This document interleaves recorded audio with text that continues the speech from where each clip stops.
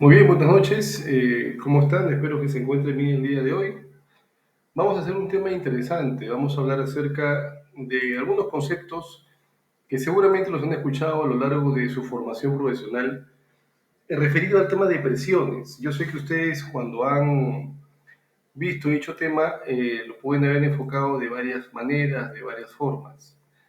¿Sí? Y yo sé que hay a veces mucha confusión con respecto a los conceptos referidos a presiones. Por ejemplo, presión oncótica o coloidosmótica, presión hidrostática, presión osmótica, son conceptos que muchas veces llevan a cierto nivel de confusión, por lo cual la idea es tratar de aclarar esos puntos el día de hoy y que eso les sirva para poder más adelante, ya cuando lleven los demás tópicos de medicina, al tener ya esos temas claros, puedan analizar mejor los casos a los cuales se enfrenten con sus pacientes.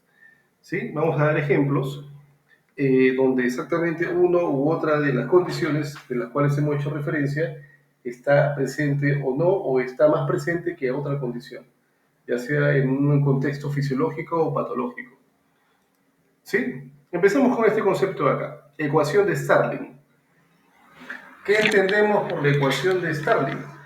¿Quién sabe qué es la ecuación de Starling? ¿Qué entendemos por la ecuación de Starling? Ojo, que este concepto de ecuación de Starling puede de repente asemejarse a otro concepto cuando hablamos de lo que es la ley de Starling. Cuando hemos hablado, lleguen a hablar ustedes acerca de lo que es, por ejemplo, la capacidad del músculo esquelético para poder generar un trabajo activo, dependiendo del grado de elongación de la fibra muscular, eso está aplicado a las denominadas fuerzas de Starling. El concepto es diferente, acá estamos hablando de presiones, por lo cual hablamos de la denominada ecuación de Starling, y como ustedes pueden ver, abarca varios puntitos, ¿no? Que vamos a tratar hoy. A ver, primero ustedes saben que si hablamos del concepto de presión, ¿qué entienden por presión? Es un tema bastante que vamos a abordar de manera general. Si yo les pidiese a ustedes que me definan el concepto de presión, ¿qué me dirían? ¿Qué entienden por presión? En términos generales. ¿Con qué lo relacionan? Ya está relacionado con fuerzas, perfecto. ¿Alguien más? Desde el punto de vista físico, ¿qué es una presión? Relaciona siempre dos variables, ¿no? Cuando uno habla de presión, relaciona dos variables. Acá vamos a poner lapicito. Si uno habla de presión, relaciona habitualmente dos variables. ¿Cuáles son las dos variables que relacionas cuando hablas de presión? Por un lado tiene lo que es la fuerza y por un lado tiene lo que es el área o superficie. Fuerza y área. ¿Cómo se define la presión entonces? La derivada de la fuerza con respecto al área. ¿De acuerdo? O sea, cuando una fuerza se aplica, o cuando la fuerza que se aplica es normal, esta se debe distribuir de manera uniforme en toda el área. Debe distribuirse de manera uniforme en todo el área o superficie. ¿De acuerdo? Por ello es que cuando uno hace el cálculo del parámetro de presión, básicamente dicha magnitud la obtiene uno al dividir la fuerza que uno aplica con respecto al área. Así que la presión la podemos definir como una razón o una proporción.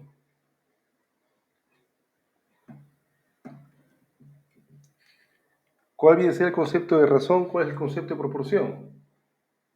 Estas dos variables no se relacionan entre sí, por lo cual son una razón. ¿De acuerdo? Son dos variables que se relacionan o no se relacionan entre sí, por lo cual esto viene a ser una razón. Una proporción es cuando el denominador está contenido en el numerador y en este caso son diferentes. Entonces, la presión relaciona dos variables, fuerza y área. ¿De acuerdo? Y para el cálculo en términos físicos, ¿cómo se define la presión? Como la división de la fuerza aplicada sobre un área. ¿De acuerdo? Fuerza aplicada sobre un área. Eso es presión. Fuerza sobre área en términos físicos. Esta presión puede, en términos fisiológicos, estar relacionado a varios conceptos y uno de ellos que nos permite explicar de manera pragmática esos conceptos es la ecuación de Starling. ¿De acuerdo? ¿Qué nos dice la ecuación de Starling? que la filtración del solvente transendotelial, bueno, acá lo definen de esa forma, la filtración del solvente transendotelial es igual a este multiplicador, a esta ecuación. Kf es el coeficiente de filtración y tiene mucho que ver con las características de la membrana a través de la cual pasa un fluido. ¿Sí? PC va a ser presión hidrostática, PC capilar, PI intersticial, ¿de acuerdo? Capilar intersticial y va a estar en milímetros de mercurio. La R va a ser el coeficiente de reflexión de Staberman, que después lo vamos a ver. Sí que lo normal es que es 1. Y este coeficiente de reflexión de Staberman está asociado a la capacidad que posee un tejido de ser totalmente impermeable al pase de proteínas. El valor es de 1 cuando la membrana es totalmente impermeable al pasaje de proteínas, pero cuando el valor cae de 1 o tiende a 0, es que a través de dicha barrera pasan las proteínas con gran facilidad. Eso se puede ver, por ejemplo, en pacientes con patología renal, pacientes en los cuales la membrana basal glomerular está con un daño importante, ya no restringe el pasaje de proteínas, el paciente empieza a perder más proteínas de las que debería perder a nivel de lo que es la membrana basal glomerular y evoluciona pues una proteinuria, ¿no? Y eso dije es por daño en la membrana basal glomerular, se hace totalmente permeable al pasaje de proteínas y cada vez más de mayor peso molecular. ¿En qué patologías veíamos eso? ¿Qué patologías pueden hacer que la membrana basal glomerular ya no sea selectiva con respecto al pasaje de proteínas y deje pasar de todo?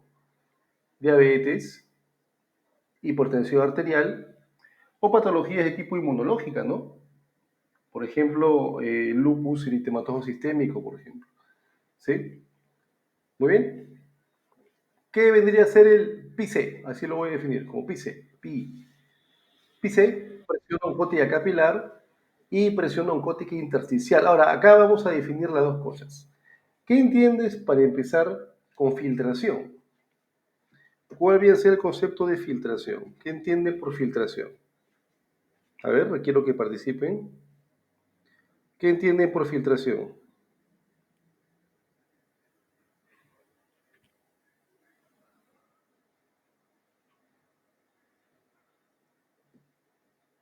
Hay varias formas de definirlo, ¿no? Hay desde el punto de vista químico, desde el punto de vista físico. Si hablan de filtración desde el punto de vista químico-bioquímico, ¿cómo lo definen? Proceso de separación de partículas sólidas de un líquido utilizando un material poroso llamado filtro. ¿Sí? Como cuando filtras, por ejemplo, el agua, etc. ¿De acuerdo? A nivel renal, filtración glomerular. La membrana es selectiva con respecto a las partículas que van a pasar de un punto a otro punto, ¿sí? Permitiendo un porcentaje específico de filtración. ¿De acuerdo? ¿Sí? ¿Ya? También lo pueden definir como el proceso de separación de partículas sólidas de un líquido utilizando una barrera semipermeable. Eso lo vamos a ver cuando hablamos de presión osmótica, por ejemplo. Una membrana semipermeable que permite la filtración de elementos de un lado a otro dependiendo de la presión de separación o presión osmótica. ¿De acuerdo? Eso es filtración. ¿De acuerdo? ¿Sí? En el caso que nos indica acá, estamos hablando de que dependiendo de las variables que tenemos aquí, ¿de acuerdo? Dependiendo de la presión hidrostática capilar intersticial, oncótica capilar intersticial, va a definirse si esta membrana va a tener una buena capacidad para poder filtrar o no. O la filtración, o si la filtración predomina más en un área con respecto a otro. ¿De acuerdo? Ahora, ¿qué entienden por presión hidrostática? Ya entramos en términos más precisos. ¿Qué es presión hidrostática?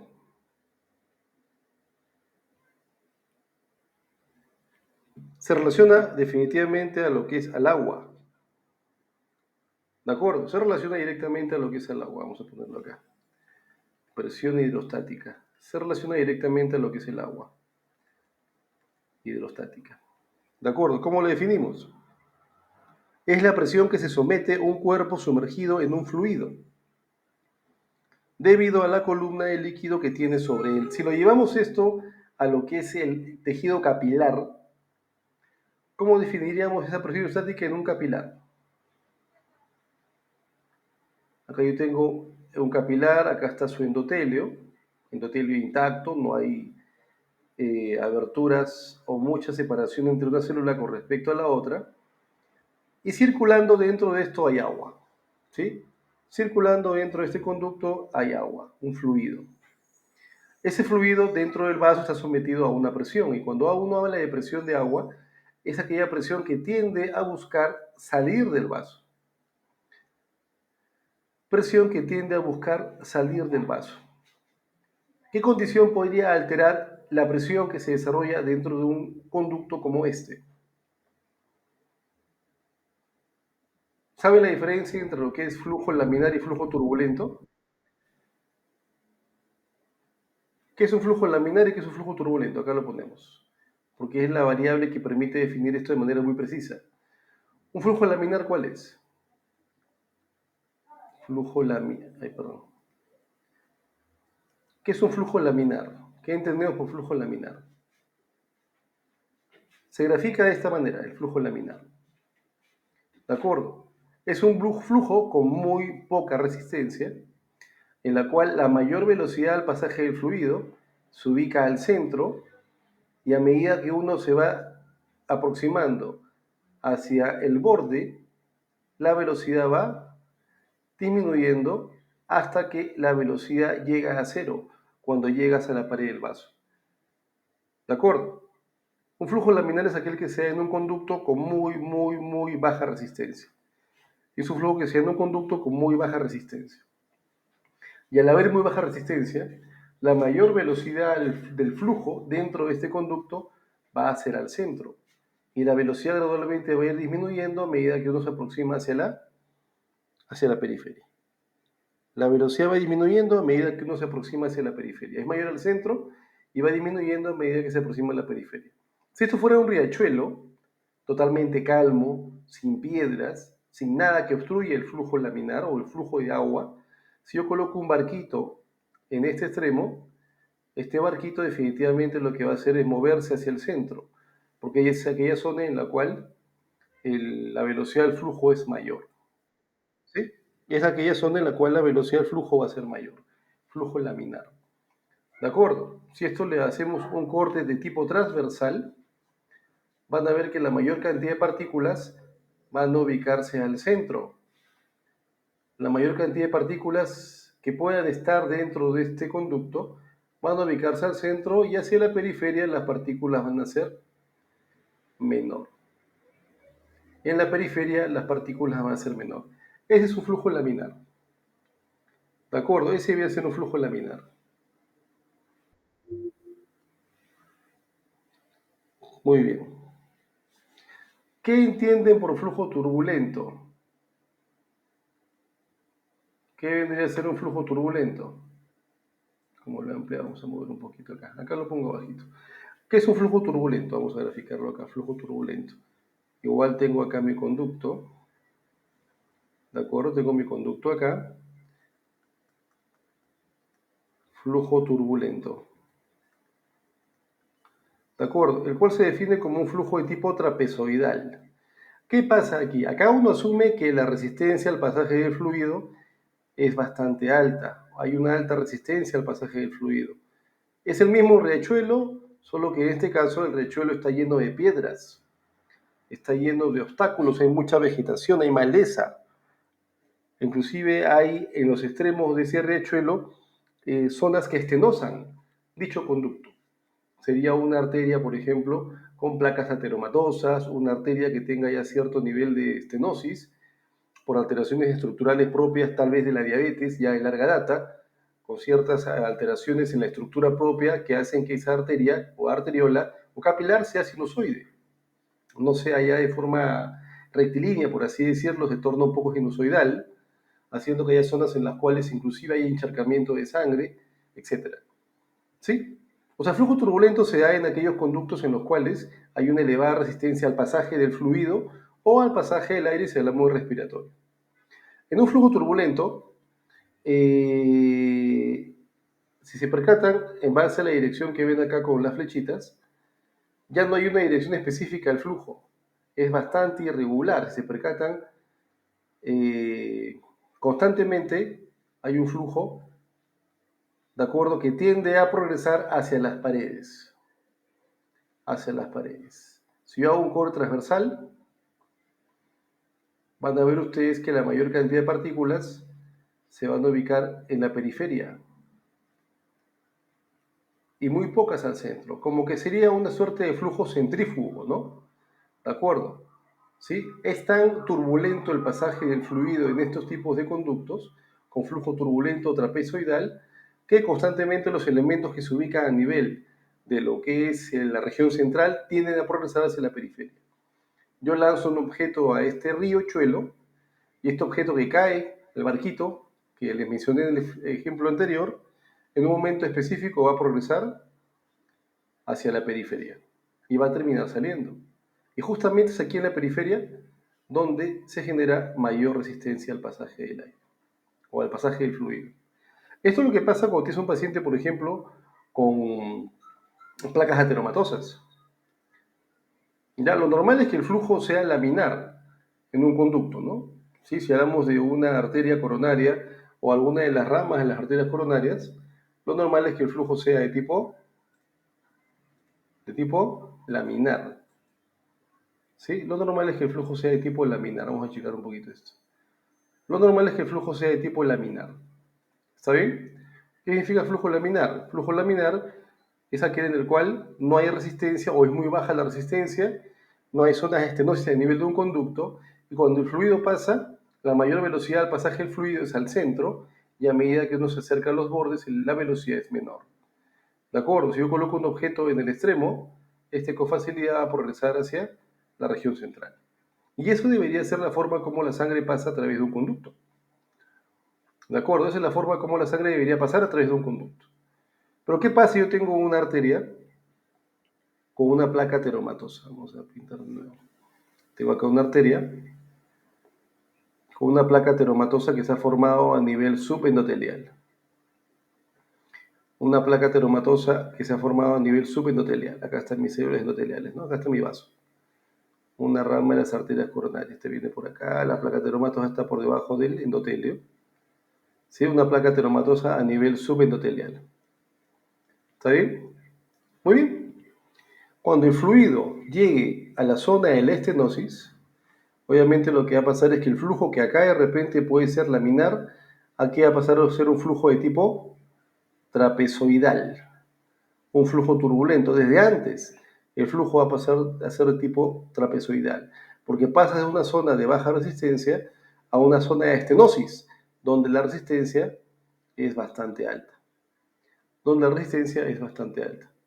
¿De acuerdo? ¿Sí? Y esa resistencia puede ser tan alta que el flujo sea tan irregular que constantemente empiece a golpear al mi endotelio, llegando al punto en el cual se puede fisurar mi endotelio. Y al fisurarse el endotelio, ¿qué se genera? Después de la fisura a nivel endotelial, se activa la cascada de la coagulación, ¿de acuerdo? Y empieza a generarse la agregación plaquetaria, ¿no? Que busca tratar de obstruir o busca tratar de tapar ese huequito, esa lesión que se ha formado a nivel endotelial. ¿El problema cuál es? De que llega a ser tan importante la agregación plaquetaria que termina finalmente obstruyendo el conducto que ya parcialmente estaba estenótico, restringiendo por completo el pasaje de sangre. ¿Y por qué se produjo este daño? Inicialmente el flujo pasó de ser laminar a turbulento, lo que elevó la resistencia al pasaje de sangre y en un momento específico dañó el endotelio, fisuró el endotelio, activó la cascada de la coagulación, se produjo la agregación plaquetaria y lo que estaba parcialmente estenosado por la placa ateromatosa terminó obstruyéndose por un coágulo. Y se genera un cuadro isquémico que más adelante evoluciona a un infarto. ¿De acuerdo? Por eso es importante conocer estos dos conceptos, flujo laminar y flujo turbulento. ¿Sí? ¿Qué ecuación o qué variable física me permite analizar estos dos flujos? El número de Reynolds, ¿no? El número de Reynolds. Revise el número de Reynolds si quieren saber un poco más sobre este concepto, número de Reynolds, para saber si en un conducto el flujo es laminar o el flujo es turbulento. ¿Está bien? Muy bien. Para saber si en un conducto el flujo es laminar o turbulento. Entonces, importante conocer esto para saber estos dos parámetros. Uno, el de presión hidrostática. El agua dentro de un conducto ejerce presión. ¿De acuerdo? Ejerce presión. Y a medida que la presión de agua dentro de un conducto sea mayor, va a haber mayor capacidad para que dicha agua tienda a salir. ¿De acuerdo? Si acá tengo un endotelio, acá tengo un endotelio, y la presión hidrostática es cada vez mayor, es cada vez mayor, con mi endotelio intacto, con mi endotelio intacto, el incremento de la presión hidrostática va a favorecer fenómenos de extravasación con endotelio intacto. ¿Qué es extravasa? Agua y electrolitos, básicamente. Se extravasan agua y electrolitos. ¿De acuerdo? ¿Sí? Entonces un conducto en el cual gradualmente incrementa la resistencia dentro de dicho vaso, ese incremento de resistencia dentro de dicho vaso va a incrementar la presión hidrostática. ¿De acuerdo? Y ese incremento de la presión hidrostática lo que va a provocar es que haya mayor tendencia a que en un endotelio intacto haya mayor facilidad para que pueda extravasarse agua y electrolitos. ¿De dónde se extravasa? Del capilar hacia el intersticio. Se extravasa del capilar hacia el intersticio. ¿De acuerdo? ¿Sí? Es el concepto de trasudado. Si hablamos de edema, sería un edema de tipo trasudativo, ¿no? Si hablamos del término de edema, un edema de tipo trasudativo sería el que se estaría presentando acá. Edema de tipo trasudativo. ¿De acuerdo? Edema de tipo trasudativo. ¿Sí? Muy bien, hasta ahí espero que todo esté claro. Entonces, obviamente, como sabemos que los capilares en cualquier tejido suelen ubicarse a nivel de mi intersticio, es mi endotelio que separa la luz del capilar de mi intersticio capilar, o de mi intersticio, que se ubica por fuera del capilar. ¿De acuerdo? Espacio intersticial, que es el espacio que hay entre mis células, en dicho espacio están los capilares. Por eso el endotelio separa lo que es la lumen del capilar del intersticio. ¿De acuerdo? Si la presión hidrostática es bastante alta, va a superar la resistencia que mi endotelio puede ofrecer y va a haber fuga de agua y electrolitos del intravascular al intersticio.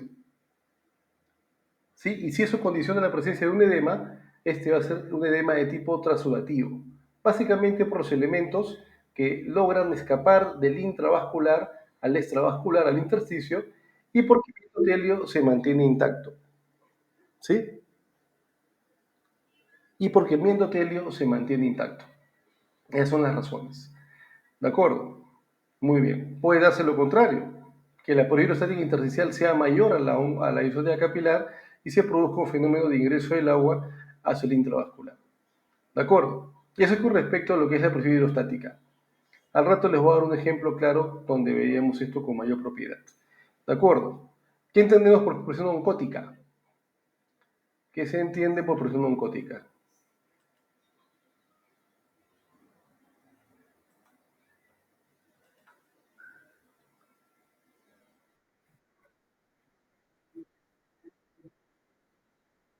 Exacto. Ahí tiene que ver mucho las proteínas. Cuando hablamos de proteínas, estamos hablando ¿de qué elementos? ¿Sintetizados por quién? ¿Quién maneja las proteínas a nivel de nuestro cuerpo? La principal fuente sintetizadora de proteínas a nivel corporal.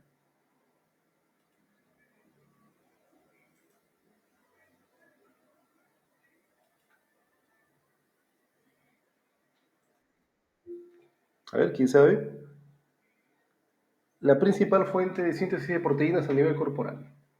Vamos a pasar acá a otra presentación, otra hojita. Queda pendiente mandarles la PPT de otra clase, ¿no? Ya lo hago. ¿Ya? A ver, si hablamos de proteínas, ¿hablamos de qué?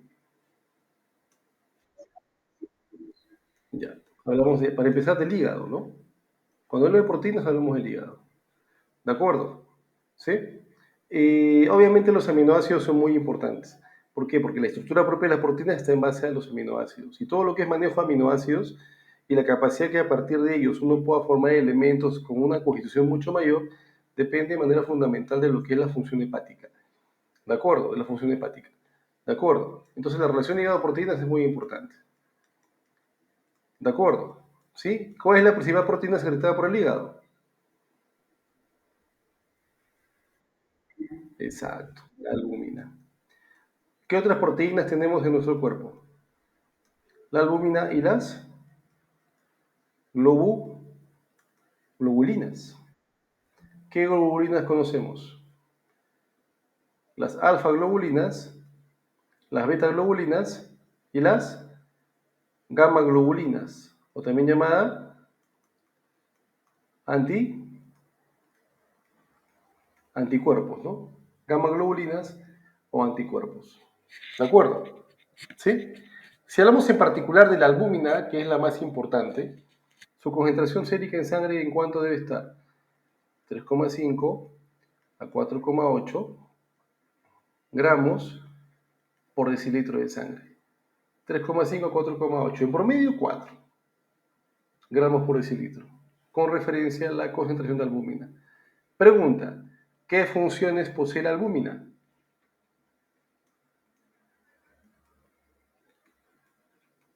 Funciones de la albúmina. Ya lo mencionaron. Mantener la presión oncótica, o también llamado coloido osmótica, ¿no? Mantener la presión oncótica, o también llamada coloidosmótica. ¿De acuerdo? Otra función que posee la albúmina es una proteína transportadora.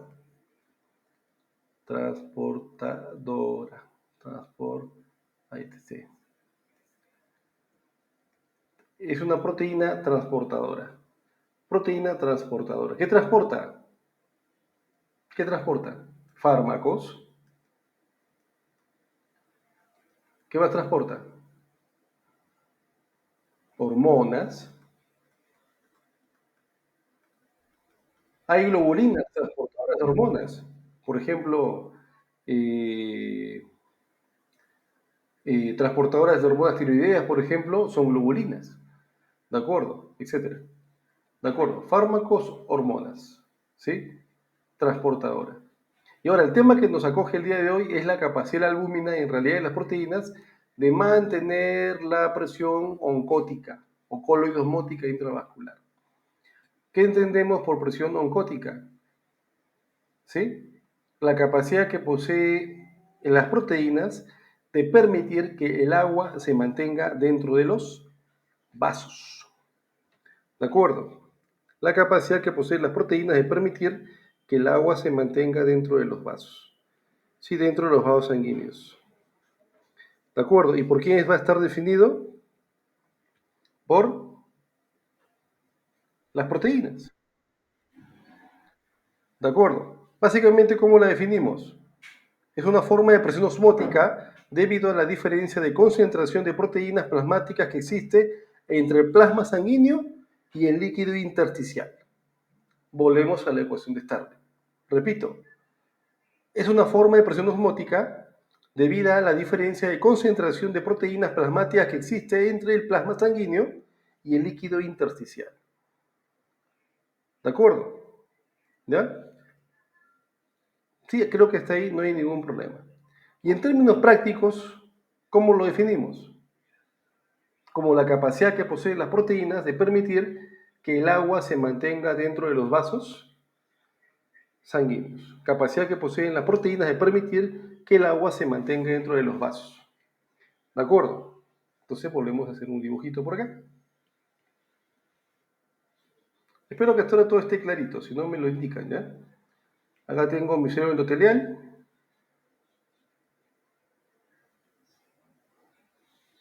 ¿Ya? Imaginémonos que este paciente posee un nivel normal de albúmina en sangre. Un nivel normal de albúmina en sangre. ¿Está bien? 4 gramos por decilitro en lo referente a la albúmina. 8 en lo referente al total de proteínas. ¿De acuerdo? El agua se va a mantener dentro de los vasos.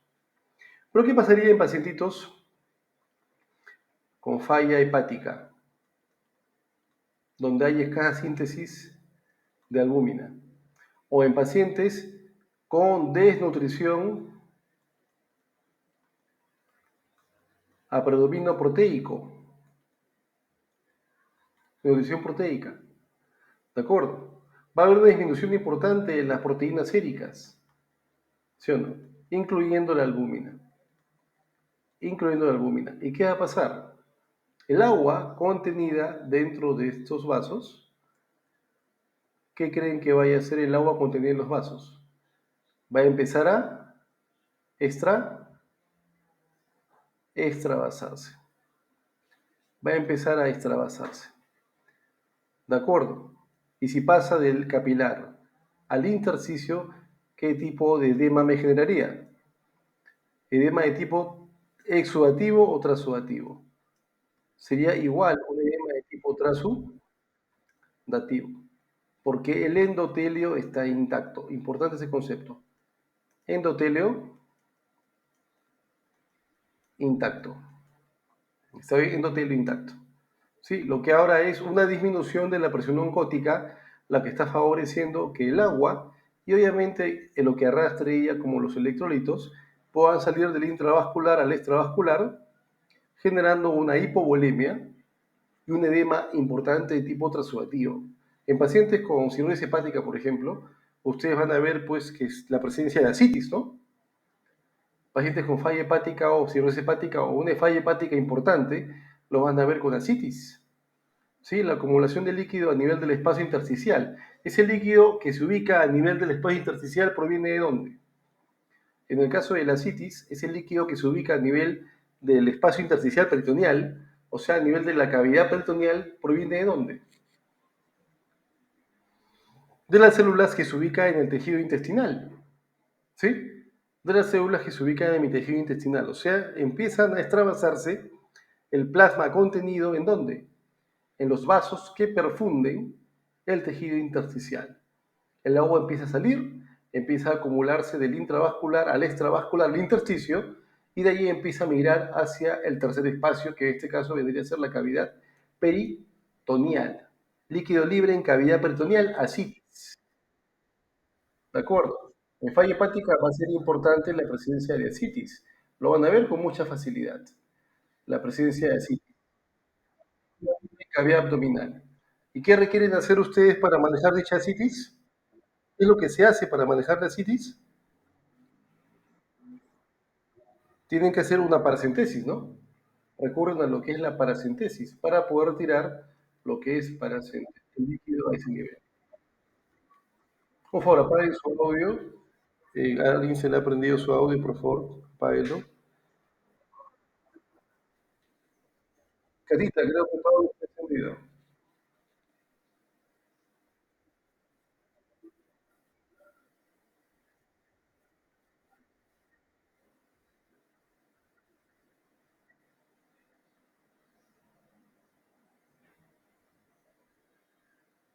Ya, ya está corregido. ¿Me escuchan, no? Ya. ¿Qué pasa en la desnutrición de tipo proteica? Niños, por ejemplo, de África, que es lo que se suele usar de ejemplo, niños de África, por ejemplo, donde la desnutrición es muy marcada y se ve de manera importante la presencia de pérdida de proteínas, de acuerdo a la presencia de citis, van a ver que están hinchados. Niños con marasmo, niños con kwashiorkor, niños con desnutrición proteica importante, van a ver ustedes totalmente dematizados, básicamente por lo que les mencioné por la disminución importante de la presión oncótica o coloidosmótica a nivel intravascular. Se edematiza, ¿de acuerdo? Porque el agua sale del intravascular al extravascular. Tú lo puedes ver edematizado y de manera sistémica, ¿no? Edematizado de manera completa o sistémica, ¿de acuerdo? Por ese hecho que esté edematizado no quiere decir que es un paciente que esté con sobrecarga de volumen, no. Es un paciente deshidratado, porque ese volumen de plasma que se ha extravasado en este edema de tipo transudativo hace que los vasos se deshidraten. Son pacientes a los cuales hay que hidratar, porque están totalmente deshidratados, ya que el agua ha pasado del intravascular al extravascular. Entonces, hemos explorado lo que son los conceptos de presión hidrostática y presión de tipo osmótica. ¿De acuerdo? Porque son las dos variables que analizamos cuando evaluamos esta ecuación, ¿sí? Que es la ecuación de Starling. Vamos a ponerlo un poquito más arriba para poder agrandarlo. La ecuación de Starling. ¿De acuerdo? Cuando uno evalúa esta ecuación, entonces va a obtener una constante de filtración, ¿de acuerdo? Que se mide en milímetros cúbicos por segundo, ¿sí? Si se favorece la filtración o no se favorece la filtración. Y ahí ven todas las variables que van a encajar. Revísenlo con más detalle porque es importante que lo tengan presente. ¿De acuerdo? Revísenlo que es importante que lo tengan presente. Sí, profundicen un poco más este concepto. ¿Sí? ¿Alguna pregunta ahí? ¿Qué te expresa o qué te indica este coeficiente de filtración? ¿Qué señala este coeficiente de filtración? ¿Qué nos podría indicar? ¿Qué debe expresar? Expresa la permeabilidad de la pared capilar para los líquidos. La permeabilidad de la pared capilar para los líquidos. ¿Sí? ¿Qué significa? Si hay tendencia a la filtración o no hay tendencia a la filtración. Básicamente eso me responde. ¿Hay tendencia a la filtración o no hay tendencia a la filtración? De manera pragmática uno lo puede comparar en base a los conceptos de capacidad de filtración o no que hay entre un vaso y el intersticio, que es lo que hemos conversado, ¿no? La hidrostática siempre con la tendencia a hacer que el agua salga y la oncótica con la tendencia a hacer que el agua se mantenga dentro del vaso. Hidrostática la tendencia a que el agua salga del intravascular al intersticio y la oncótica la capacidad para poder mantener el agua dentro del vaso. ¿De acuerdo? Y en ese punto se asemeja bastante a la presión osmótica, que es la que vamos a ver al rato. ¿Sí? Se asemeja bastante a la presión osmótica. ¿Está bien? Se asemeja bastante a la presión osmótica. ¿De acuerdo? ¿Sí? Hay varios ejemplos que uno puede encontrar en la bibliografía con respecto a cómo se aplica esta ecuación de Stirling en diferentes patologías, pero aquí vamos a hablar de dos puntuales. ¿Ya? Primero, dentro de lo que es la fisiología renal, ¿cómo se manifiesta ello? Dentro de lo que es el análisis de la fisiología renal, ¿cómo se manifiesta ello? Yo sé que ustedes han visto ya este segmento en la universidad y van a ver ustedes varias constantes acá. Voy a poner así, checarlo un poquito.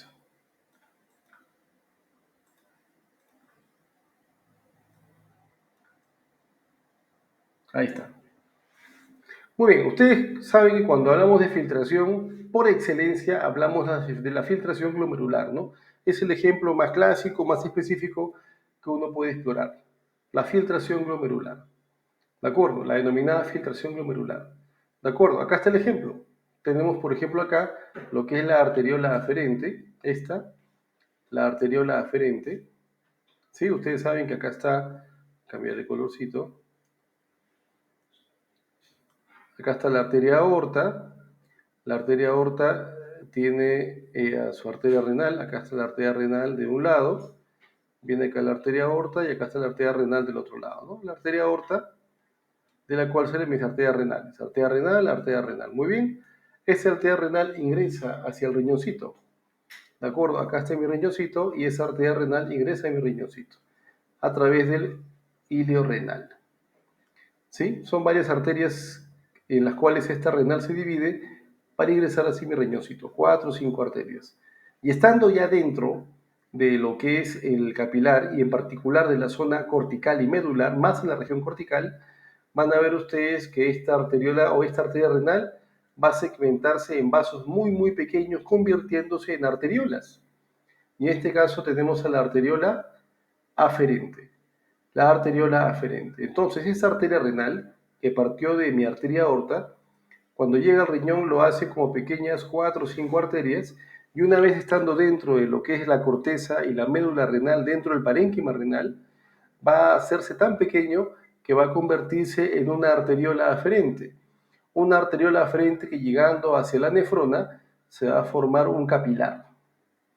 ¿Sí? Acá les pongo otro ejemplo. Acá está la arteriola aferente, llega a un punto en el cual se empieza a capilarizar. Acá está. La arteriola aferente capilarizándose. ¿Sí? Y después sale como una arteriola eferente. Una arteriola eferente que, si se percatan, posee un calibre menor que la arteriola aferente, ¿no? La arteriola aferente posee este calibre con respecto al diámetro, la arteriola eferente posee un calibre menor, ¿sí? Es de un diámetro más pequeño, ¿sí? La arteriola aferente, esta que está acá, y la arteriola deferente. Ese calibre menor es muy importante para poder elevar una de las presiones de las cuales vamos a hablar. ¿De acuerdo? Este capilar, ¿con quién se relaciona? Acá lo ven, con la cápsula de Bowman, que es la primera parte de la nefrona, la cápsula de Bowman. Después viene lo que es el túbulo contorneado proximal, túbulo contorneado asa de Henle, túbulo contorneado distal, etc., ¿no? ¿De acuerdo? A manera de repaso, acá está la cápsula de Bowman, ¿sí? Acá está la cápsula de Bowman. Lo que se continúa en la cápsula de Bowman, ¿qué cosa es?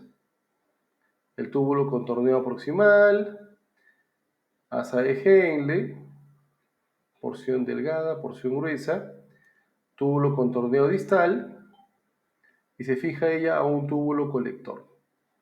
¿Por qué es importante en este punto la arteriola deferente? Porque esta arteriola deferente va a acompañar en todo el trayecto a esta nefrona y se va a relacionar con ella a todo nivel.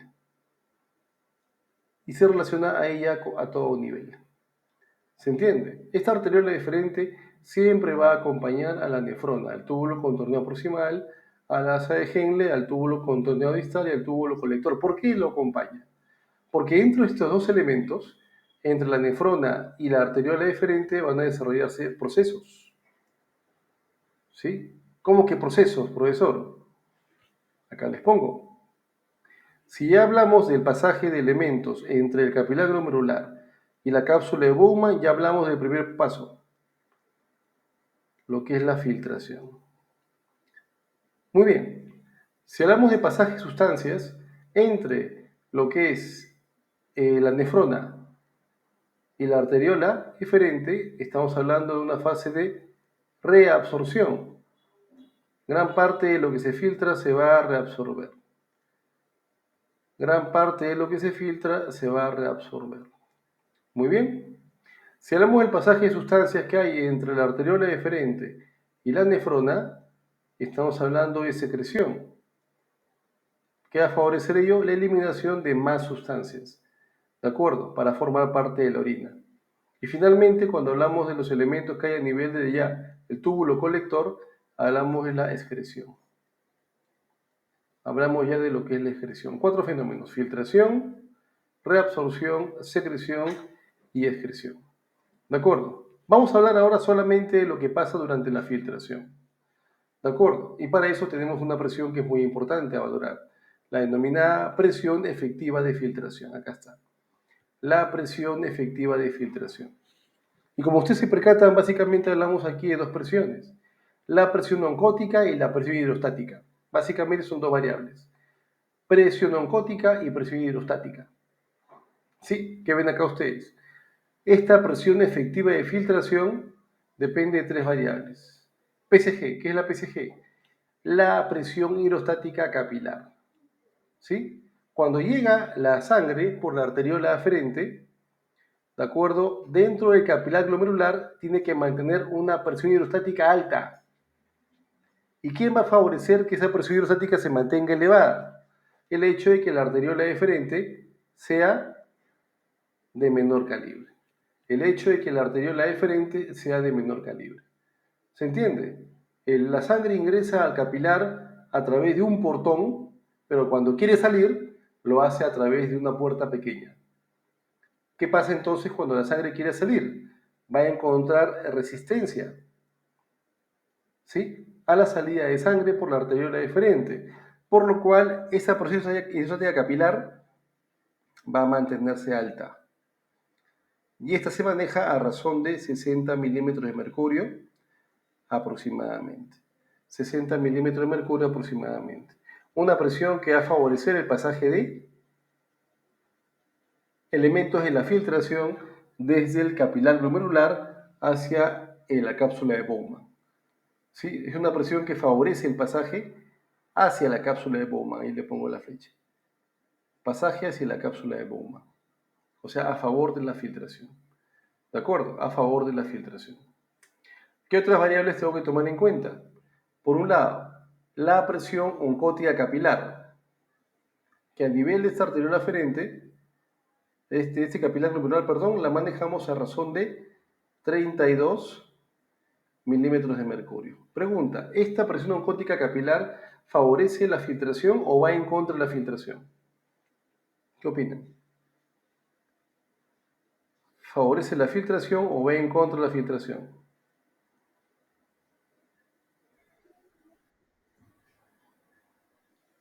¿Mm?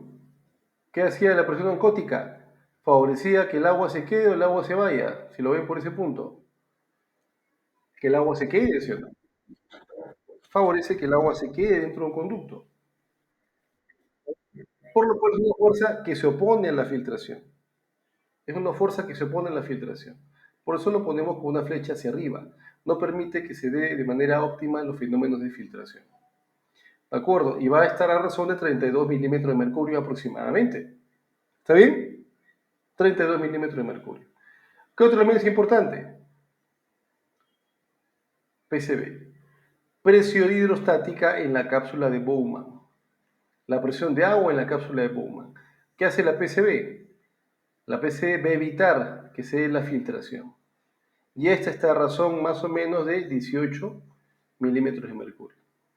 ¿De acuerdo? Entonces, si hacemos otro grafiquito, porque acá está un poquito congestionado, ¿de acuerdo? Acá está el capilar, las arteriolas, y acá está la nefrona con su cápsula de Bowman. ¿Qué presiones favorecen la filtración?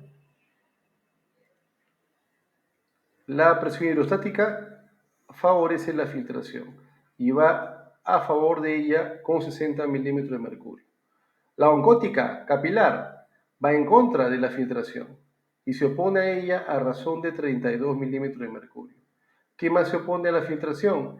La aerostática en la cápsula de Bowman, la presión de agua dentro de la cápsula, que también se opone a lo que es la capacidad de filtración a razón de 18 milímetros de mercurio. Si aplicamos esta ecuación para calcular lo que es la presión efectiva de filtración, tendríamos 60, que es la fuerza que apoya la filtración, menos la suma de aquellas dos fuerzas que se oponen, que sería 32 más 18. O sea, igual lo pueden escribir como está abajo. ¿Y eso qué me da? Una fuerza a favor de la filtración de 10 milímetros de mercurio. A favor de la filtración. 10 milímetros de mercurio a favor de la filtración. ¿Estamos de acuerdo? ¿Qué variables tenemos que considerar también si tomamos en cuenta la ley de Stirling? El coeficiente de ultrafiltración glomerular, que es el KF, ¿se acuerdan? El coeficiente de ultrafiltración glomerular, que es el KF. ¿De acuerdo? Ahora, una vez que yo ya tenga definido cuál va a ser la velocidad de filtrado o cuál va a ser la presión efectiva de filtrado glomerular, debo considerar dos cosas. ¿Cuáles? Si se percatan, es solamente en promedio 10 milímetros de mercurio. Si por alguna razón la presión arterial sistémica disminuye, ¿de acuerdo? O el flujo plasmático renal disminuye, como ustedes pueden ver, va a razón de 700 mililitros por minuto en promedio, ¿ven? 700 mililitros por minuto aproximadamente, va a caer ¿qué? Va a caer la presión hidrostática capilar, ¿sí o no? ¿Qué se cae? La presión hidrostática capilar. Y si esta cae, ¿de acuerdo? Las fuerzas que se oponen a esa filtración van a ser, en lo referente a la diferencia matemática, menos diferente, ¿de acuerdo? Porque van a inclusive a asemejarse. Ya no va a establecerse ese diferencial a favor de la filtración en 10 milímetros de mercurio, va a caer esa capacidad de filtrado, ¿de acuerdo? Por eso es que cuando en pacientes con hipotensión arterial, ¿de acuerdo? O descenso importante de flujo plasmático renal, ¿de acuerdo? Va a caer la presión hidrostática capilar de manera tan importante que pueda dificultarse los fenómenos de filtrado glomerular. Y si se afectan los fenómenos de filtrado glomerular, ¿de acuerdo? Esa velocidad de filtración glomerular va a caer también.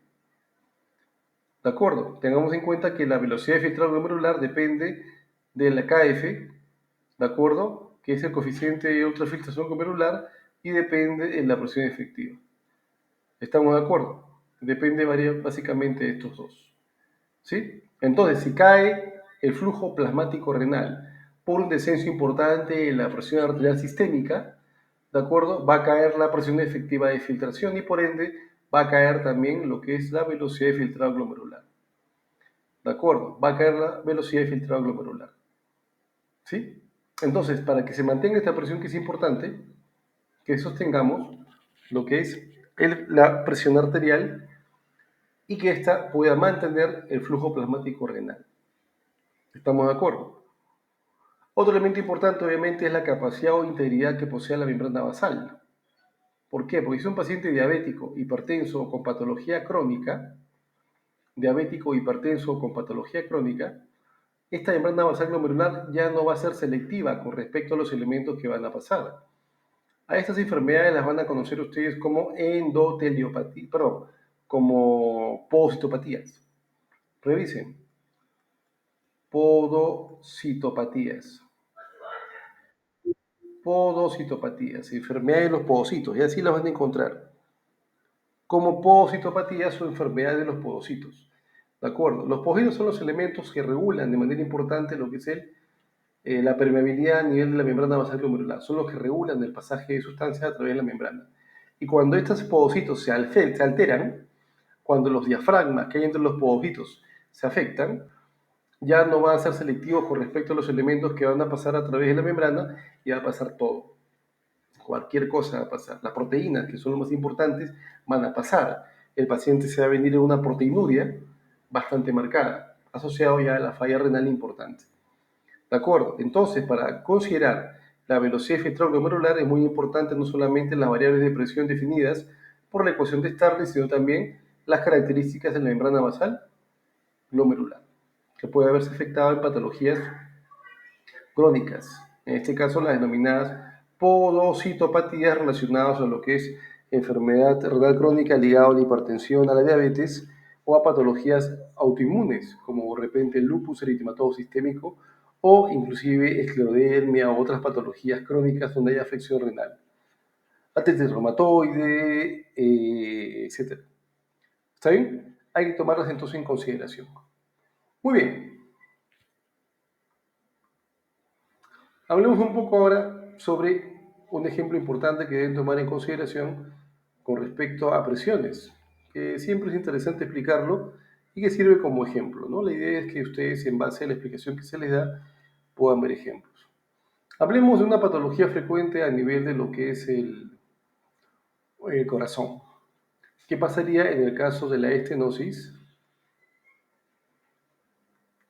aórtica?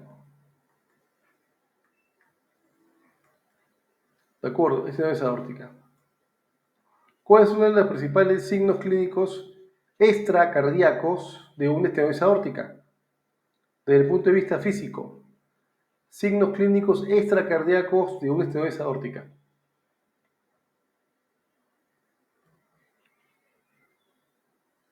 Signo o síntoma extracardíaco de una estenosis aórtica. Me refiero a la estenosis de la válvula semilunar aórtica, ¿no? El tracto de salida del ventrículo izquierdo hacia la arteria aorta posee una válvula, que es la válvula aórtica, ¿no?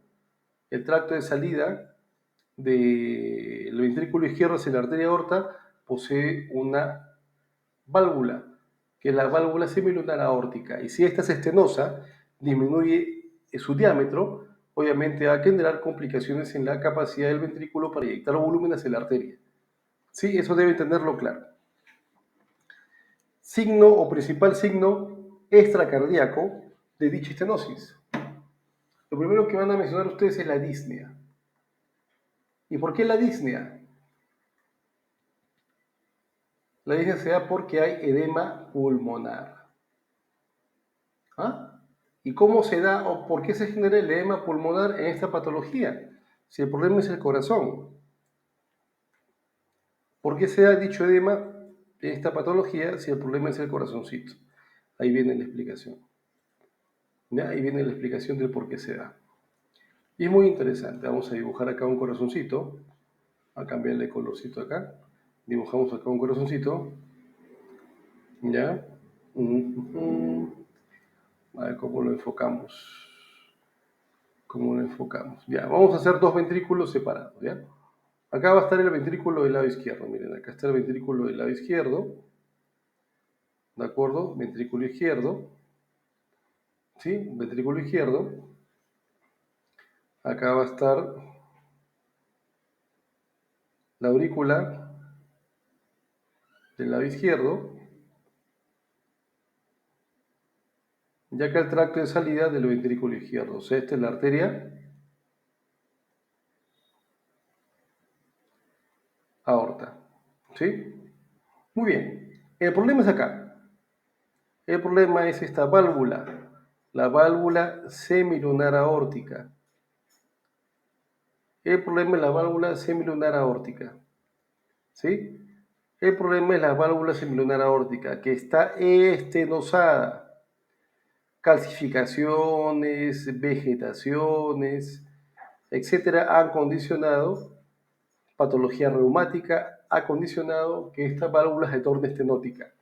Si el orificio a través del cual la sangre pasa desde el ventrículo hacia la arteria ha reducido su volumen. ¿Sí? ¿Cómo estará la poscarga de este ventrículo izquierdo? ¿Cómo está la poscarga del ventrículo izquierdo? ¿Qué es la poscarga? ¿Qué entiende por poscarga? Poscarga es la resistencia que se le ofrece al ventrículo, en este caso, para inyectar volumen. La poscarga es la resistencia que se le ofrece al ventrículo para inyectar volumen. Resistencia que se le ofrece al ventrículo para inyectar volumen. ¿Cómo está la poscarga de este ventrículo izquierdo? ¿Aumentada o disminuida? Si la poscarga del ventrículo izquierdo es la resistencia que se le ofrece al ventrículo izquierdo para inyectar volumen, dicha resistencia está incrementada o está disminuida. Es incrementada, ¿sí o no? La poscarga va a estar alta. ¿Por qué? Porque dicha estenosis ha elevado lo que es la resistencia al pasaje de sangre del ventrículo izquierdo hacia la aorta. Dicha estenosis ha incrementado la resistencia del pasaje de sangre del ventrículo izquierdo hacia la arteria aorta. Ha incrementado la resistencia. ¿De acuerdo? Sí, por lo cual el ventrículo izquierdo debe contraerse con más fuerza para poder inyectar volumen. El volumen inyectado o el volumen sistólico acá, haciendo un poco de docencia cardíaca, el volumen sistólico, ¿cómo va a estar en este caso? ¿Aumentado o disminuido? El volumen sistólico del ventrículo izquierdo va a estar aumentado o disminuido. El volumen que el ventrículo logre finalmente inyectar va a estar aumentado o disminuido. Va a estar disminuido, ¿sí o no? El volumen sistólico va a estar disminuido. Si hay un incremento importante de la poscarga del ventrículo izquierdo por la estenosis de la válvula semilunar aórtica, va a haber menos volumen sistólico. Y si hay menos volumen sistólico, va a haber menos gasto cardíaco.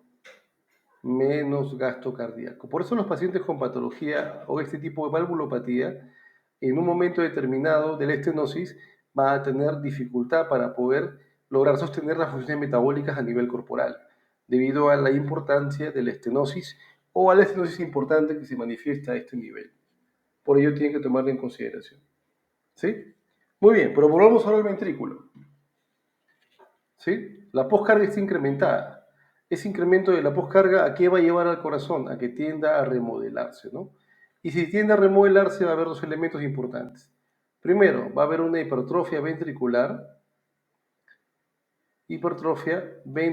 primero de tipo concéntrico. ¿Qué decía concéntrico? La pared del ventrículo que de repente tenía un grosor de este tamaño, en el transcurso de los años va a empezar a ser más grueso. Ahí está, engrosado el ventrículo. Había un incremento en lo que es el grosor de las paredes de los ventrículos sin cambios con respecto al tamaño de la cámara. Se le llama eso hipertrofia ventricular de tipo concéntrico.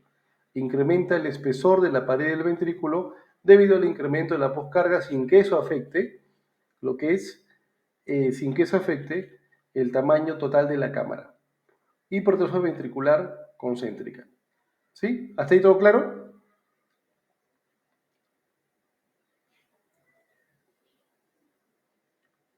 Si lo repetimos nuevamente, ¿de acuerdo? Esta valvulopatía, que es la estenosis aórtica, va a provocar un incremento importante de la poscarga del ventrículo izquierdo.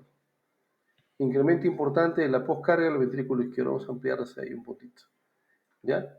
Incremento importante de la poscarga al ventrículo izquierdo. Ahí está. Ese incremento importante de la poscarga al ventrículo izquierdo, creo que sí, no mal le pongo. Ese incremento importante de la poscarga hacia el ventrículo izquierdo, ¿a qué va a llevar? A que ese ventrículo pase por un fenómeno de remodelación. ¿Cuál? La hipertrofia ventricular concéntrica. La pared de la cavidad o las paredes del ventrículo izquierdo se van a engrosar en el transcurso de varios años, ¿sí? Con la finalidad de poder vencer esta resistencia al pasaje de sangre y no se afecte el gasto cardíaco. Va a caer, sí, porque mientras más estenótico esté la válvula, va a ser menor el volumen sistólico. Eso es lo que pasa. Por más que el ventrículo se contraiga con más fuerza, el hecho de que la estenosis sea cada vez más marcada va a hacer que ante el incremento importante de la poscarga, el volumen sistólico caiga más y más y más. Eso es lo que pasa. El ventrículo puede contraerse con más fuerza en el transcurso de los años, con la finalidad de poder vencer o querer vencer la resistencia, pero hay un punto en el cual no lo va a conseguir, a pesar de que vaya incrementando gradualmente la capacidad del ventrículo por incremento en el grosor de la pared para inyectar volumen. El hecho de que la estenosis sea cada vez más marcada y la poscarga sea cada vez más alta va a hacer que caiga la capacidad del ventrículo para inyectar volumen. ¿Se entiende? Entonces, si yo no corrijo esta valvulopatía y no hago la cirugía correctora, no hago el recambio valvular, ¿de acuerdo? Esta estenosis va a ser cada vez mayor. Y a pesar de que el ventrículo izquierdo engrose sus paredes, ese incremento importante de la poscarga va a hacer que el volumen sistólico siga cayendo en el transcurso del tiempo y comprometa ello lo que es el gasto cardíaco. ¿Sí? ¿A qué llego a este punto? Que debido a esta condición, como ustedes se percatarán, van a ver ustedes que empieza gradualmente a haber qué cosa, menor capacidad para poder inyectar volumen hacia la arteria aorta. ¿Qué pasa con la presión hidrostática? Porque estamos hablando de agua. ¿Qué pasa con la presión hidrostática dentro del ventrículo izquierdo? ¿Aumenta o disminuye? Va a aumentar. Va a aumentar. ¿De acuerdo? Va a haber un momento en el cual la aurícula izquierda quiera pasarle sangre. ¿De acuerdo? Que es lo que habitualmente hace. Pero como va a haber mayor presión dentro del ventrículo izquierdo, mayor presión de agua dentro del ventrículo izquierdo, un menor porcentaje logrará pasar desde la aurícula izquierda al ventrículo izquierdo y un porcentaje se quedará en la aurícula, elevando la presión hidrostática dentro de la aurícula, elevando la presión hidrostática dentro de lo que es la aurícula. ¿Estamos de acuerdo? Se eleva la presión de agua dentro de la aurícula. ¿Está bien? Eso va a hacer que en el transcurso del tiempo, esa aurícula, al no tener gran contención muscular en su pared, empiece a dilatarse. Y vamos a tener un cuadro de agrandamiento de la aurícula del lado izquierdo.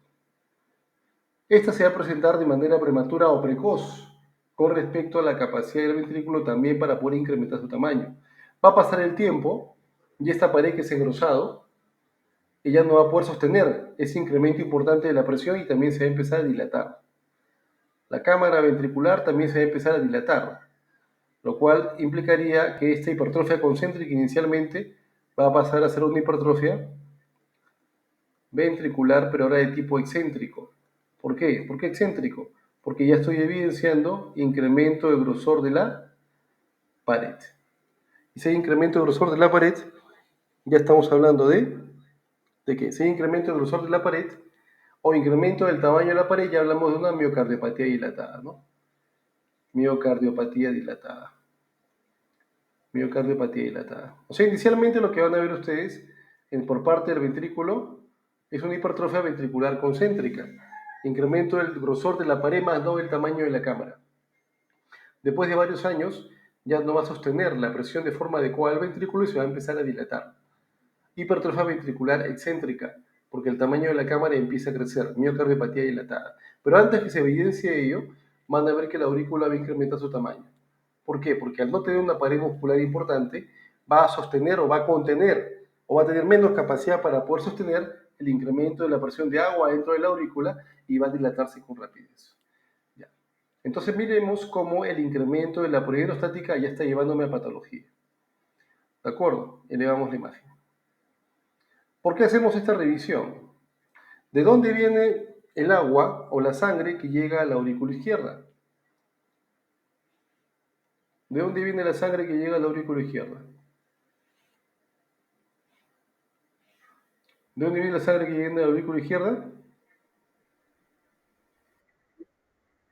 Exacto, de las venas pulmonares. Muy bien. Acá está un alveolo, que obviamente lo he obtenido de la ampliación de un pulmón. Un alveolo que lo he obtenido después que he ampliado un pulmoncito. Ahí está. ¿De acuerdo? Acá está el alveolo. Muy bien. Y lo que estoy viendo yo de manera constante acá, ¿qué cosa es? Que en estas venas pulmonares, así como la aurícula ya no pudo pasarle sangre al ventrículo, tampoco las venas van a poder pasarle sangre a las aurículas. ¿Sí? Y eso va a hacer que se eleve de manera importante la presión hidrostática. ¿En dónde? Ya lo mencionaron, en las venas pulmonares. Se eleva la presión de agua en las venas pulmonares. Y por lo que les expliqué hace un ratito, como las venas son muy delgadas, ¿de acuerdo? Va a definirse de manera importante la extravasación del plasma del intravascular al intersticio pulmonar. Edema intersticial, lo primero que voy a ver. Edema intersticial. En el transcurso de los días, edema alveolo intersticial. En el transcurso de los días, edema alveolo intersticial, lo que se conoce ya como edema pulmonar. El plasma se logra extravasar del intravascular al extravascular. Las paredes de las venas pulmonares no tienen la capacidad ya para poder sostener la presión de agua, que es alta, debido a que hay poca capacidad para poder dejar sangre hacia la aurícula izquierda, ¿de acuerdo? Y el agua se empieza a extravasar, primero al intersticio, después al alveolo, desencadenando un edema de tipo alveolo intersticial, ¿no? Desencadenando un edema de tipo alveolo intersticial. Es edema pulmonar y es el responsable de la disnea que les mencioné, ¿no? Responsable de la disnea. ¿De acuerdo? Ese incremento importante de la presión va a terminar afectando inclusive hasta los capilares. ¿Sí? Y en muchos casos, más cuando el compromiso es de tipo mitral, o sea, una estenosis mitral, la válvula mitral, que es esta, ¿no? Esta es la válvula mitral, ¿de acuerdo? Se hace más evidente ahí, válvula mitral. En caso de estenosis de la válvula mitral, es donde se hace más evidente que la presión de agua, que de forma retrógrada está afectando ahora a los capilares perialveolares, produzca rupturas de dichos capilares y provoca hemorragias, ¿de acuerdo? Y provoque una hemorragia. ¿Sí? Se puede presentar en el caso de estenosis de la válvula semilunar aórtica, pero es más importante que se presente esta hemorragia a nivel de la membrana alveolo-intersticial en la estenosis de la válvula mitral. ¿De acuerdo? Sí, el problema empieza a partir de acá, ¿no? Estenosis mitral. Muy bien, entonces, la incapacidad del ventrículo para inyectar los volúmenes hacia la arteria va a terminar generando dificultad para que la aurícula le deje sangre al ventrículo y después dificultad para que las venas pulmonares le dejen sangre a la aurícula.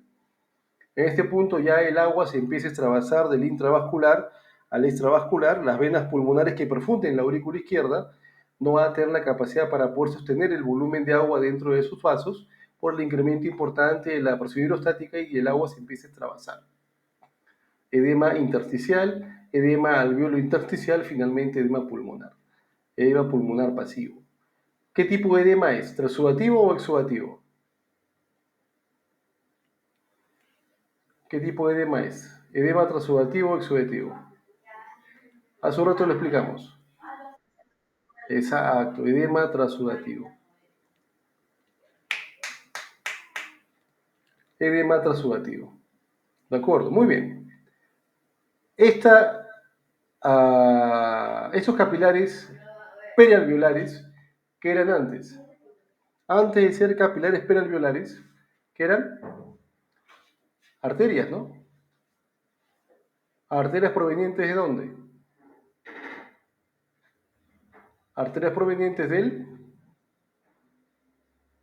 me salió bien grande del ventrículo derecho, ¿no? Arterias provenientes del ventrículo derecho. ¿De acuerdo? ¿Qué arteria es? Es la arteria pulmonar. ¿Qué arteria es? Es la arteria pulmonar. Ya, es la arteria pulmonar. Voy a borrar por acá, me sale bien grande esta arteria. Es la arteria pulmonar.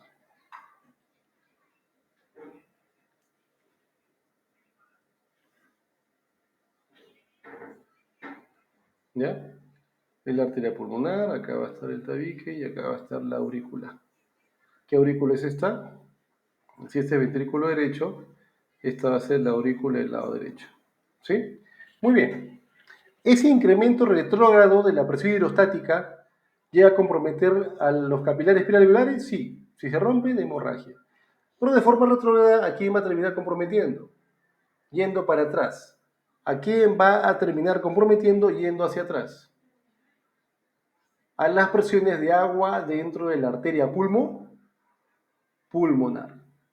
¿De acuerdo? ¿Qué va a haber acá? Un incremento importante en la presión hidrostática en la arteria pulmonar.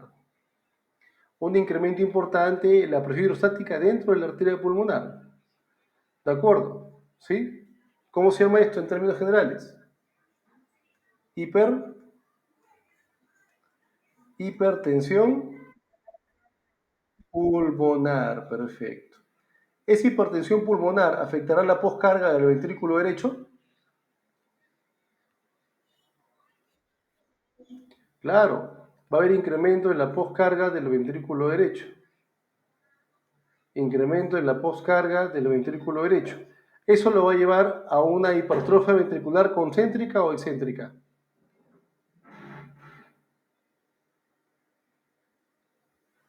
Inicialmente la pared se va a engrosar para vencer la resistencia que le ofrece la arteria pulmonar. Hipertrofia ventricular concéntrica.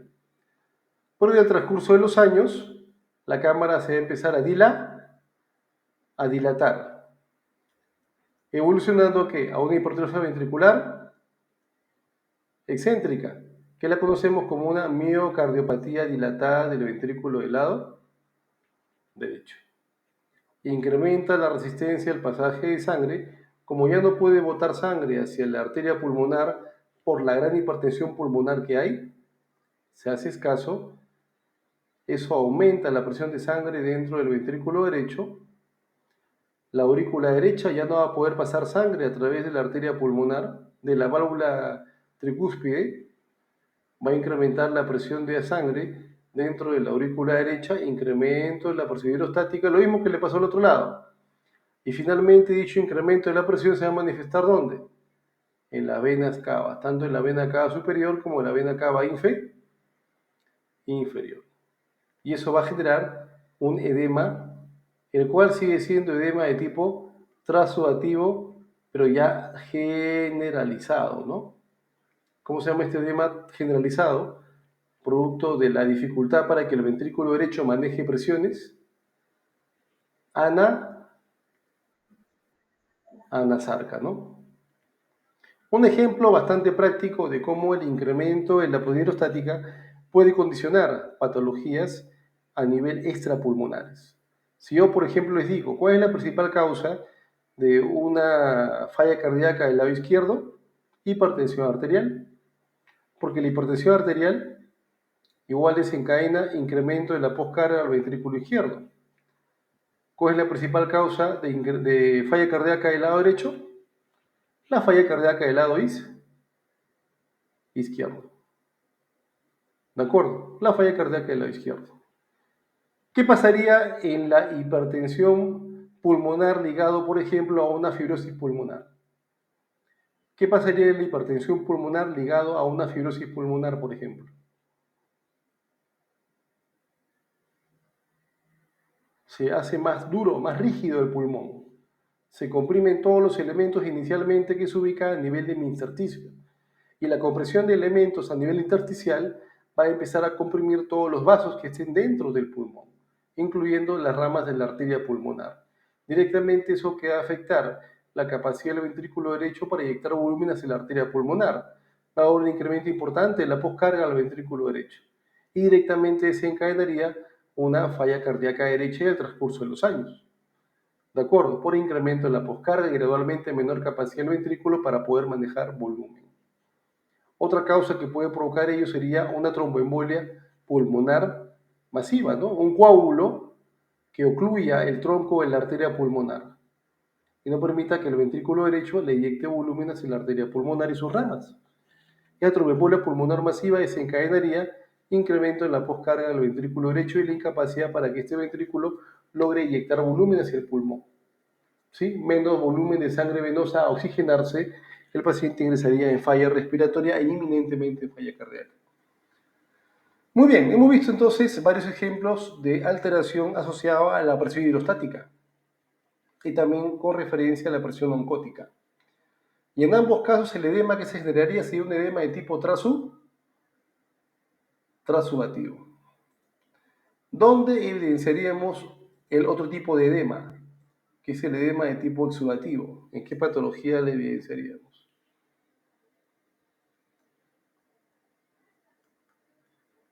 Edema exudativo. ¿Cuándo hablamos de edema exudativo? Cuando ese volumen de líquido que se extravasa, aparte de agua y electrolitos, tiene un importante contenido de proteínas. ¿Y por qué? Porque acá sí hablamos de daño, acá sí hablamos de daño endotelial. Aquí sí hablamos de daño endotelial, ¿sí? ¿Qué voy a ver yo entonces? Que las células que forman parte de mi endotelio ya no están tan cohesionadas, ¿ven? Las células que forman parte de mi endotelio ya no están tan cohesionadas. Los poros que hay entre célula y célula son cada vez más grandes. Y es a través de estos poros es donde puede escapar todos los elementos que les mencioné. Aparte de agua, electrolitos, proteínas. ¿Dónde veríamos esta condición? En la inflamación. ¿Cómo se define la inflamación? ¿Qué me da una definición de la inflamación? La inflamación es una respuesta del tejido vivo vascular. ¿Y esa respuesta cuál es? La vasodilatación. Esta vasodilatación, ¿qué hace? Incrementa la permeabilidad vascular. Y al incrementar la permeabilidad vascular se hace posible que elementos de mayor peso molecular puedan atravesar ese endotelio, incluyendo las proteínas, incluyendo elementos formes de la sangre también. ¿De acuerdo? Incluyendo elementos formes de la sangre. Entonces, de un edema exudativo se genera por una respuesta vasodilatadora importante. ¿De acuerdo? La inflamación es una de las causas. La inflamación como una respuesta al tejido vascular va a provocar vasodilatación, lo cual incrementa la permeabilidad vascular, haciendo que las células pierdan cohesión y elementos de alto peso molecular puedan pasar del intravascular al extravascular. ¿De acuerdo? Se llama eso edema de tipo exudativo. ¿De acuerdo? Un ejemplo interesante para poder determinar si es un edema transudativo o edema exudativo el que se encadena sería si lo tomamos en el contexto de un derrame pleural. ¿Qué es un derrame pleural? Es la acumulación de líquido ¿en dónde? En el espacio pleural, ¿no? Acumulación de líquido en el espacio pleural. ¿De acuerdo? Muy bien. ¿Cómo sé que ese volumen de líquido es de tipo transudativo o es de tipo exudativo? ¿Cómo lo sé? ¿Quién sabe? Yo tomo una muestra de líquido y al tomar una muestra de líquido quiero determinar si le debo tipo transudativo o exudativo. Exacto, criterios de Lake. ¿De acuerdo? Usamos los criterios de Lake. ¿Cuáles son los criterios de Lake? Primero, el concepto es el siguiente. Si bioquímicamente el volumen de líquido extravasado o el volumen de líquido contenido a nivel del espacio pleural es bioquímicamente similar a lo que es eh, la sangre, es similar a lo que es la sangre, bioquímicamente hablando, es más probable que sea un edema de tipo exudativo. Es más probable que el edema sea de tipo exudativo. En cambio, si bioquímicamente se aleja de acuerdo a las características bioquímicas propias de la sangre, lo más probable es que sea de tipo transudativo. O sea, mientras bioquímicamente se asemeje más a la sangre, lo más probable es que haya habido capacidad para que sea mayor cantidad de elementos de alto peso molecular los que hayan salido del intravascular, el intersticio, o sea, una permeabilidad bastante alta, ya hablaríamos de un edema exudativo. ¿De acuerdo? En cambio, si bioquímicamente se aleja las características de la sangre, vamos más por el edema de tipo transudativo. ¿Y cuáles son los criterios a los cuales hacemos mención? Estamos usando como ejemplo el pulmoncito, ¿no? ¿Cuáles son los criterios? Tiene que ver primero con las proteínas. Hacemos una relación. Proteínas del líquido pleural sobre las proteínas en sangre. En sangre. 0,5. Si el valor es mayor a 0,5, vamos más por la posibilidad de que esto sea un problema de tipo exudativo o transudativo. Exacto, exudativo. Si la relación es mayor a 0,5, vamos más por el lado exudativo. Otro criterio, la DHL. ¿Qué es la DHL? Deshidrogenasa láctica del líquido pleural sobre la deshidrogenasa láctica en la sangre. Si esa relación es mayor a 0,6, vamos más por el lado, ¿de acuerdo? De que sea una patología de tipo exudativo. ¿De acuerdo? O si no, si ustedes ven que la deshidrogenasa láctica o la DHL del líquido pleural, ¿de acuerdo? Es mayor a los 2/3 del límite alto de normalidad en sangre, o sea, del mayor límite normal o del rango más alto dentro de lo que es normalidad en sangre, ¿de acuerdo? Hablo de que el edema va a ser básicamente de tipo exudativo. Entonces, si se cumplen los criterios que ven acá, vamos más por el exudado. ¿Qué implicaría esto? Que yo tomo la muestra de líquido, analizo los criterios y veo que esto va más por el exudado, yo puedo pensar con bastante certeza de que la patología pulmonar presente, en este caso que ha condicionado el edema, puede ser por un cuadro inflamatorio o infeccioso. Inflamatorio o infeccioso, ¿sí? Puede haber sido desencadenado por un cuadro inflamatorio o infeccioso. ¿Sí? En cambio, si estos criterios no se cumplen, si no se cumplen, ¿por qué voy entonces? Voy más por el trasudado.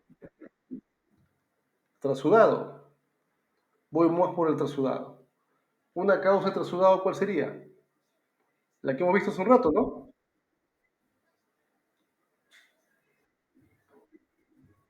Válvulopatías, básicamente ¿cuál? Estenosis aórtica, estenosis mitral, hipertensión arterial, etcétera. O sea, falla cardíaca. Edema de tipo trasudativo por patología cardíaca, como la que acabamos de explicar hace un ratito. ¿Sí? ¿Sí? Esas son las causas entonces de edema de tipo exudativo. Me golpeo al caer de la bicicleta y eso me provoca un gran edema a nivel de la rodilla, a nivel del tobillo, a nivel de lo que es el tejido muscular del muslo. ¿Qué tipo de edema será? Transudativo o exudativo. El golpe ha producido un trauma. El trauma provoca inflamación. La inflamación provoca vasodilatación. Ese edema líquido sería de tipo transudativo o exudativo. Exacto, ¿no? Exudativo, solo que en este caso es a nivel local, ¿no? Un problema exudativo a nivel local. ¿De acuerdo? Muy bien, entonces se percatan, Esta primera parte voy a poner pausa al video para hacer la grabación y de ahí corro nuevamente para hacer otro video, ¿sí? Para hablar de otro tipo de presión. Es importante que ustedes diferencien entonces los tipos de edema en el contexto de la ecuación de Starling. Hemos visto ejemplos de presión hidrostática, ejemplos de presión oncótica, y en estos casos, dos casos que tienden a favorecer más la presencia de un edema de tipo transudativo, comparándolo con patologías en las cuales ustedes pueden evidenciar edema de tipo exudativo. ¿De acuerdo? Y con eso vemos lo referente a lo que son presiones, enfocándonos en el contexto de la presión hidrostática y presión de tipo oncótica, hidrostática oncótica. Muy bien, voy a dejar de compartir un ratito.